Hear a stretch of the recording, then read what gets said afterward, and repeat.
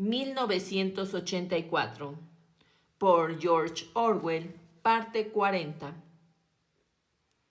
El sol parecía haber intensificado su calor. Los dos estaban adormilados. Él alcanzó su desechado mono y la cubrió parcialmente. Al poco tiempo se durmieron profundamente.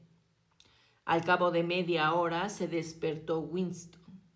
Se incorporó y contempló a Julia, que seguía durmiendo tranquilamente con su cara pecosa en la palma de la mano. Aparte de la boca, sus facciones no eran hermosas. Si se miraba con atención, se descubrían unas pequeñas arrugas en torno a los ojos.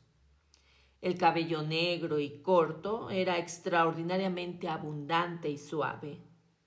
Pensó entonces que todavía ignoraba el apellido y el domicilio de ella. Este cuerpo joven y vigoroso, desamparado ahora en el sueño, despertó en él un compasivo y protector sentimiento.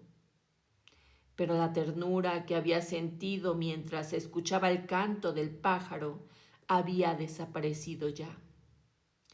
Le apartó el mono a un lado y estudió su cadera. En los viejos tiempos, pensó, un hombre miraba el cuerpo de una muchacha y veía que era deseable, y aquí se acababa la historia. Pero ahora no se podía sentir amor puro o deseo puro.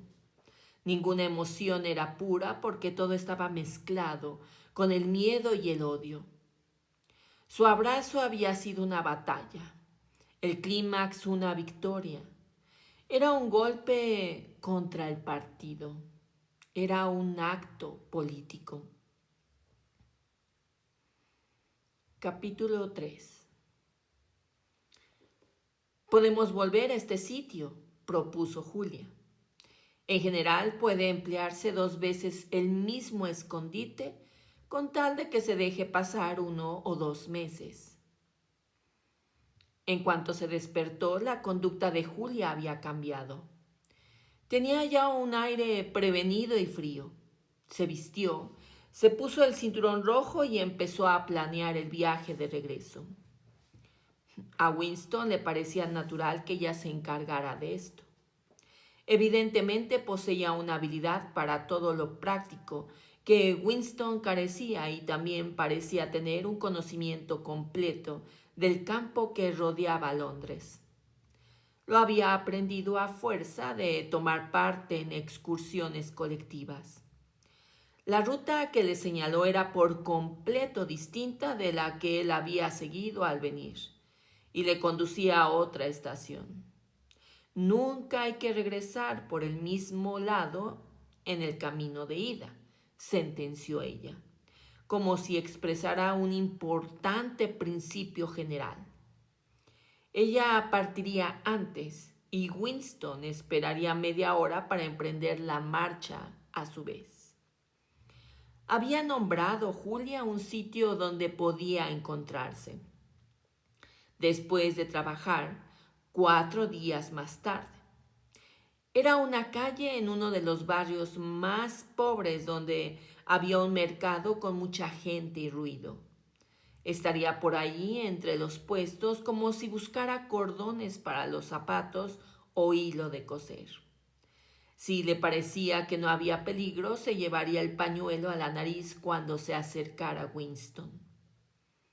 En caso contrario, sacaría el pañuelo. Él pasaría a su lado sin mirar. Pero con un poco de suerte, en medio de aquel gentío, podrían hablar tranquilos durante 1/4 de hora y ponerse de acuerdo para otra cita. Ahora tengo que irme, dijo la muchacha, en cuanto vio que él se había enterado bien de sus instrucciones. Debo estar de vuelta a las 19:30. Tengo que dedicarme 2 horas a la Liga Antisex, repartiendo folletos o algo por el estilo. ¿Verdad que es un asco? ¡Uy! Sacúdeme con las manos. ¿Estás seguro de que no tengo briznas en el cabello?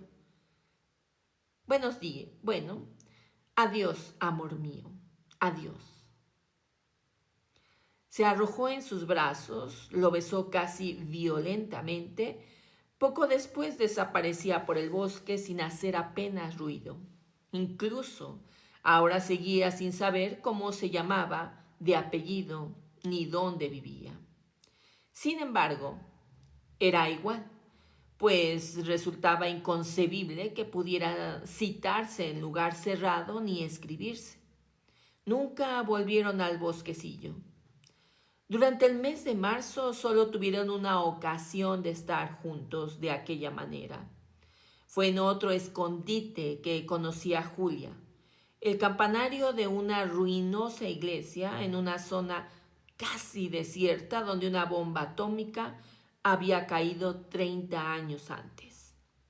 Era un buen escondite una vez que se llegaba allí, pero era muy peligroso el viaje. Aparte de eso, se vieron por las calles en un sitio diferente cada tarde y nunca más de media hora cada vez.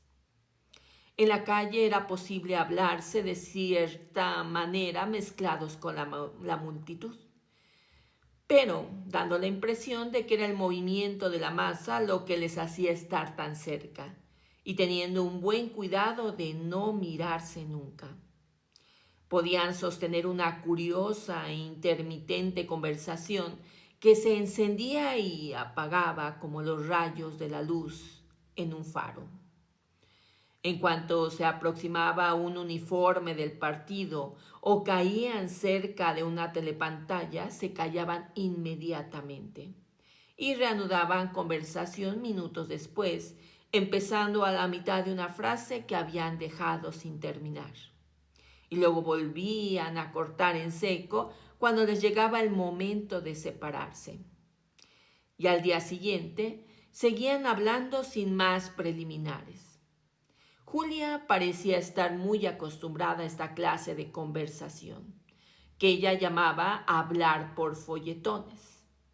Tenía además una sorprendente habilidad para hablar sin mover los labios. Una sola vez en un mes de encuentros nocturnos consiguieron darse un beso. Pasaban en silencio por una calle. Julia nunca hablaba cuando estaba lejos de las calles principales y en ese momento oyeron un ruido ensordecedor. La tierra tembló y se oscureció la atmósfera. Winston se encontró tendido al lado de Julia, magullado, con un terrible pánico. Una bomba cohete había estallado muy cerca. De pronto se dio cuenta de que tenía junto a la suya la cara de Julia. Estaba palidísima, hasta los labios tenía blancos. No era palidez, sino una blancura de sal. Winston creyó que estaba muerta. La abrazó en el suelo y se sorprendió de estar besando un rostro vivo y cálido. Es que se le había llenado la cara del yeso pulverizado por la explosión. Tenía la cara completamente blanca. Algunas tardes, a última hora, llegaban al sitio convenido y tenía que andar a cierta distancia uno del otro, sin dar la menor señal de reconocerse, porque había aparecido una patrulla por una esquina, o volaba sobre ellos un autogiro. Aunque hubiera sido menos peligroso verse, siempre habrían tenido la dificultad del tiempo. Winston trabajaba 60 horas a la semana y Julia todavía más. Los días libres de ambos variaban según las necesidades del trabajo y no solían coincidir. Desde luego, Julia tenía muy pocas veces una tarde. Ubre por completo. Pasaba muchísimo tiempo asistiendo a conferencias y manifestaciones, distribuyendo propaganda para la Liga Juvenil Antisex, preparando banderas y estandartes para la Semana del Odio,